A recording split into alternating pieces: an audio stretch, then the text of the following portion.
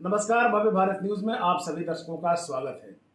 आज हमारे साथ विशेष चर्चा में भाग लेने के लिए बाबा श्री रतन जी महाराज हमारे साथ उपस्थित हैं, जिन्होंने आयुर्वेद के क्षेत्रों में काफ़ी रिसर्च किया है और इसके अलावा आध्यात्म की इतनी बृहद जानकारी है, उस जानकारी को हम चाहेंगे कि आप तक पहुंचाया जाए। इसलिए आज हम कुछ सवालों के साथ बाबा रतन जी से हम बात करना चाहेंगे। तो चलिए चलते हैं बाबा रतन जी के पास। आपका स्टूडियो में बहुत बहुत स्वागत है। आप गुरुदेव ये बताइए कि ये कहा जाता है कि मानव के पास अगर मस्तिष्क है लेकिन फिर भी मानव दिमागी रोगी बना हुआ है, ये किस तरह का सवाल है और किस तरह से इसका आप जवाब देना चाहेंगे? उसका मस्तिष्क इसीलिए रोगी है। मस्तिष्क नहीं होता तो रोगी नहीं होता। क्या कारण है इसके? मस्तिष्क होने का कारण एक्सप्लेन करें कि एक मानव के शरीर में मस्तिष्क है और वो हर तरह की चीज़ों की तरफ भागने की कोशिश करता है। मस्तिष्क है इसलिए भाग रहा है ना, नहीं होगा तो नहीं भागेगा। नहीं, एक्सप्लेन करेंगे कि एक शरीर में एक मस्तिष्क है जिसकी इच्छाएं अनंत होती है, वो इच्छाएं किस तरह से होती है और कहाँ तक अप्रोच करती है जाने के लिए? वो कहीं तक भी। मस्तिष्क तो अनंत सोचता है ना, उसके सोच की कोई हद नहीं है, कोई सीमा नहीं है। न्यूरॉन की आपने बात करी थी कि न्यूरॉन्स जी, न्यूरॉन्स में तो क्या है, एक मानव शरीर में एक मस्तिष्क में कितने एरिया में न्यूरॉन्स होते हैं और उसका फंक्शन क्या होता है? 1.5 इंच बाई 1.5 इंच का एक हिस्सा होता है कपाल, जिसको सनातन में कपाल बोलते हैं। उसमें लगभग 1.5 अरब न्यूरॉन्स होते हैं। जी जी। जो हर मिनट में 300 पैदा होते हैं, 300 मरते हैं। इनका मरते रहना आपकी मृत्यु है। इनको बढ़ाया जा सकता है, उसके लिए आपको योग साधना करनी पड़ेगी। एक बच्चा जैसे पहली क्लास में है, पहली से दूसरी जाता है, दूसरी से तीसरी क्लास में जाता है, यानी कि जैसे जैसे उसका उम्र बढ़ता है, न्यूरॉन का कनेक्शन क्या है इसे? सिर्फ उसका कनेक्शन इतना है कि वो पूरे शरीर की रचना चल रही है, वो उन्हीं के आधार पर चल रही है। न्यूरॉन जो है सूर्य से कनेक्ट होते हैं, उनमें सूर्य से ऊर्जा लेने की ताकत होती है। अच्छा, आप योग आध्यात्मिक गुरु भी माने जाते हैं, जैसे देश के जितने कई प्रमुख नेता हुए हैं उनसे भी आपका आम दरख्त रहा है, वो आपको गुरु मानते हैं। जैसे मोदी जी को ले लें आप, ये बाबा रामदेव को ले लें, आपने महात्मा गांधी को पानी पिलाया है और साथ में रहे हैं आप। फिर इसके बाद आपका कई और गुरुओं से आम दरख्त हुआ है। तो आप जो एक माना जाता है कि एक स्थूल शरीर है जो पंच तत्व से बना हुआ है, तो पंच तत्व के शरीर का एक कर्म होता है, वो क्या होना चाहिए? ये पंच तत्व का अपना कर्म है, लेकिन शरीर पांच तत्व से बना है, ये सत्य नहीं है। सत्य क्या है फिर? सत्य है कि हमारा शरीर जो है वो पारे से उत्पन्न होता है। पारा यानी कि पारा? पारा जी जी। यानी मरकरी। जी जी। मरकरी और गंधक, इन दोनों चीज़ों से हमारा शरीर की उत्पत्ति होती है। मरकरी और गंधक से आपका ये कहना है कि पंच तत्व से नहीं, शरीर जो बना हुआ है वो पंच तत्व से नहीं बल्कि गंधक और पारे से बना हुआ है। हाँ, पंच तत्व की जरूरत तब पड़ती है जब आपका शरीर निर्माण होता है। जी जी। जब उसके अंदर प्राण वायु आती है तो उसके लिए पांच तत्व की आवश्यकता पड़ती है। और भी अगर हम आध्यात्म के क्षेत्र में जाएं तो सच और झूठ को परिभाषित करना बड़ा मुश्किल हो जाता है। इसको आप किस तरह से देखें? एक आदमी किसी चीज को लेके बोले कि यही सत्य है जी, तो उसको हम कैसे परिभाषित करेंगे? जरूरत ही नहीं,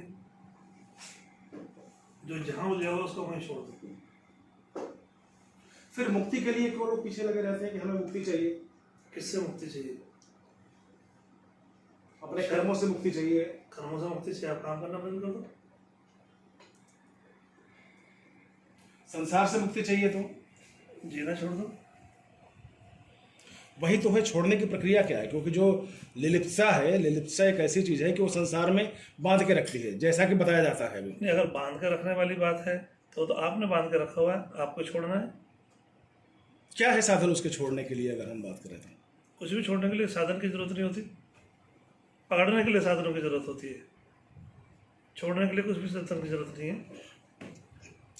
जैसा कि ये कहा गया है कि जैसे ये है जी, पकड़ने के लिए इसमें ताकत लग रही है, छोड़ दिया, ताकत है ही नहीं। अगर आध्यात्मिक भाषा में इसको समझाएं कि लोगों के अंदर जो लिलिप्सा है, जो प्यास है, जो भाग दौड़ है, हाय लगी हुई है कि हमें ये दौड़ना है, इतना हमें करोड़पति बनना है, फलाने हमसे बहुत आगे निकल गए हैं, उन चीज़ों के बीच वो आदमी उलझ के रह जाता है और अंतोगत्वा अपनी अंतिम गति को प्राप्त करता है। वो तो उसका अपना विषय है ना, उसमें तो मेरा कोई रोल नहीं।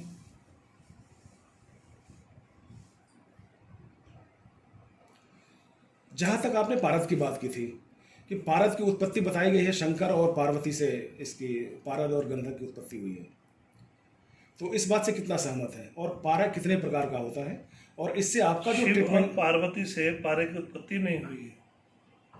पार्वती को गंधक बोला गया है, शिव को पारा बोला गया है।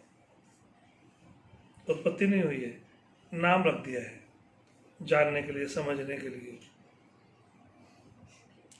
गुरुओं की बात करें तो गुरुओं में कहा जाता है कि हमें गुरु अगर सदगुरु मिल जाए तो हमें मोक्ष मिल जाए, मुक्ति मिल जाती है। आजकल सभी लोग गुरुओं की तलाश में रहते हैं, बड़े लोग अपने स्तर से तलाश करते हैं, छोटे लोग अपने स्तर से तलाश करते हैं, यानी कि अपनी बौद्धिक क्षमता के आधार पर वो लोग अपने गुरुओं का तलाश करते हैं। गुरु कितने प्रकार के होते हैं और एक इंसान मानव को मोक्ष दिलाने के लिए या उसके कर्मों का फल दिलाने में कितना सहायक होते हैं?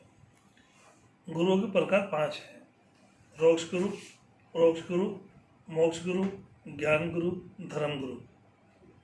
इनसे ऊपर है सदगुरु, सदगुरु से ऊपर है परम गुरु, परम गुरु से ऊपर है ईश्वर, ईश्वर से ऊपर मालिक, मालिक से ऊपर स्वयं। एक अजीब सी विडंबना है गुरुदेव, और पूरा संसार ये चाहता है कि हमें अपने कर्मों का फल भी मिले, हम संसार में गलत कार्य भी करें और हमें मोक्ष भी मिल जाए। तो इसके लिए गुरु की लोग तलाश करते हैं। तो इस तरह के इंसान को कौन सा गुरु फिट करे? गुरु तलाश करने से कभी नहीं मिलता। जब आपकी भक्ति से, आपके दान दक्षिणा से, आपके हर कर्म से ईश्वर जब प्रसन्न होता है तो वही एक रूप धारण करके आपके जीवन में प्रवेश करता है, वह सच्चा गुरु है। आयुर्वेद को अगर हम लें तो आयुर्वेद प्रकृति का एक अंग है, यानी आध्यात्म और प्रकृति मिलकर आयुर्वेद की रचना की है, जिसमें ज्ञान है और ज्ञान के बाद रोग निदान है। तो इस विषय पे क्या कहें, क्योंकि खुद आप अभी 92 साल की उम्र में पहुंच गए हैं, तो लोगों को क्या उपदेश देंगे, किस तरह से उनको अपने जीवनचर्या यापन करनी चाहिए? कम से कम खाएं, कम से कम सोएं, कम से कम बोलें, यही मूल मंत्र है 3, जिसका कि आप कड़ाई से पालन करते हैं। करना चाहिए।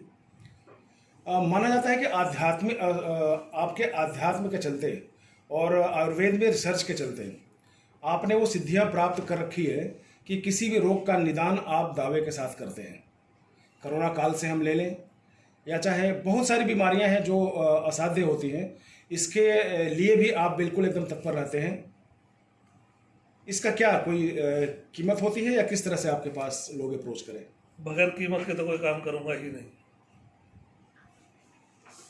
कीमत नहीं होगी तो काम नहीं होगा। यानी कि आस्था पहले जगाएं, इसके आस्था के बिना भक्ति नहीं चलती।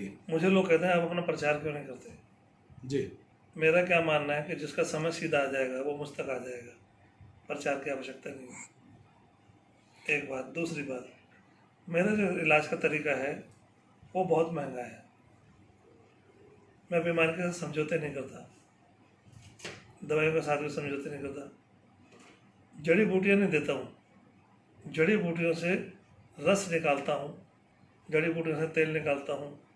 तेल की प्रतिक्रिया के आधार पर उसमें पारा कैसे मिलाना है, उसमें संख्या कैसे मिलानी है, इन सारी चीज़ों का मिश्रण करने के बाद दवाई बनाता हूँ। किन किन रोगों का आपके पास निदान है? कोई भी, जैसे cancer, kidney, liver, psoriasis liver जैसे हो जाता है, सिरोसिस का।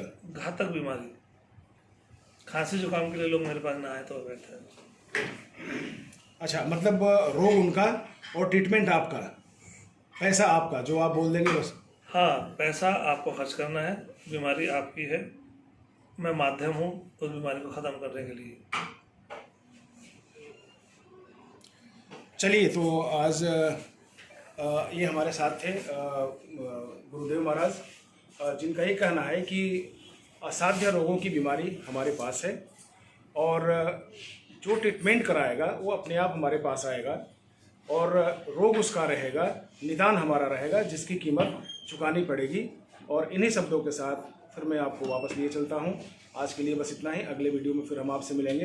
तब तक के लिए नमस्कार।